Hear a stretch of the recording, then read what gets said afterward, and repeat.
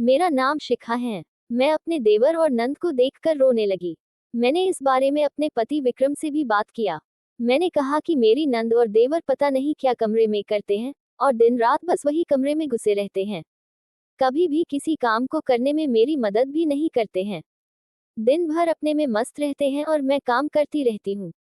लेकिन उन्होंने मेरी बात सुनने से मना कर दिया और कहा शिखा जाओ। आज ऑफिस में बहुत काम है, मुझे जाने दो, फिर बात करेंगे। फिर मैंने सोचा क्या किया जाए। आखिर वह मेरी ननंद और देवर है और मैं उसकी भाभी हूँ। अगर वह कुछ भी गलत करेंगे तो घर का ही नाम खराब होगा। इसीलिए मैंने निश्चय किया ये सारी बात मैं अपनी सास को बताऊंगी। मैं अपनी सास के कमरे में गई और उन्हें सारी बात बताई कि कैसे मेरी नंद और देवर देर रात को कहीं से आते हैं, बड़ा सा डिब्बा लेकर, और उसमें पता नहीं क्या होता है। फिर वह दोनों अपने कमरे में चले जाते हैं, अंदर से कमरा बंद कर लेते हैं और उसके बाद सुबह ही कमरा खोलते हैं। मैंने खिड़की से भी झांकने की कोशिश की लेकिन उन्होंने खिड़की को भी बंद कर दिया। फिर उनकी सास ने दोनों को बुलाकर पूछा कि शिखा जो कह रही है वह सब सच है? तुम लोग आखिर क्या कर रहे हो? तो उन लोगों ने कहा कि भाभी झूठ बोल रही है। हम लोग कमरे में सोने के लिए जाते हैं और कुछ नहीं करते हैं। लेकिन शिखा को तो अपनी नंद और देवर दोनों पर बहुत गहरा शक था। वह जानती थी कि यह लोग कुछ तो छुपा रहे हैं। एक दिन शिखा ने सोचा, आज तो मैं इन सब का पता लगाकर रहूंगी, चाहे जो हो जाए।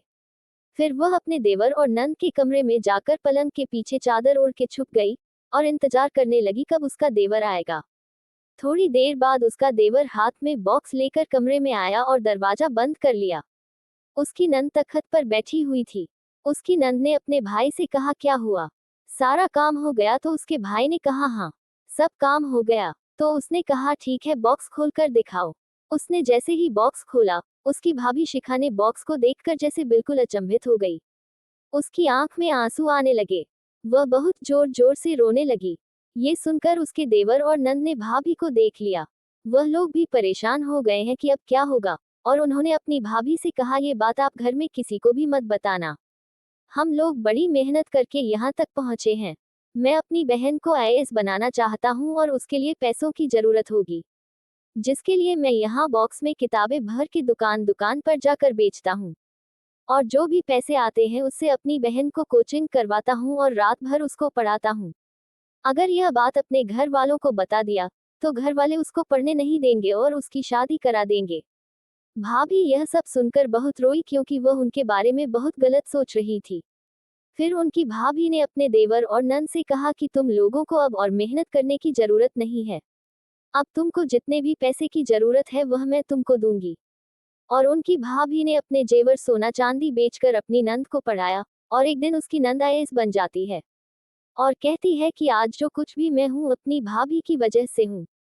ये सब सुनकर उसकी सास और उसके पति को बहुत शर्म महसूस होती है।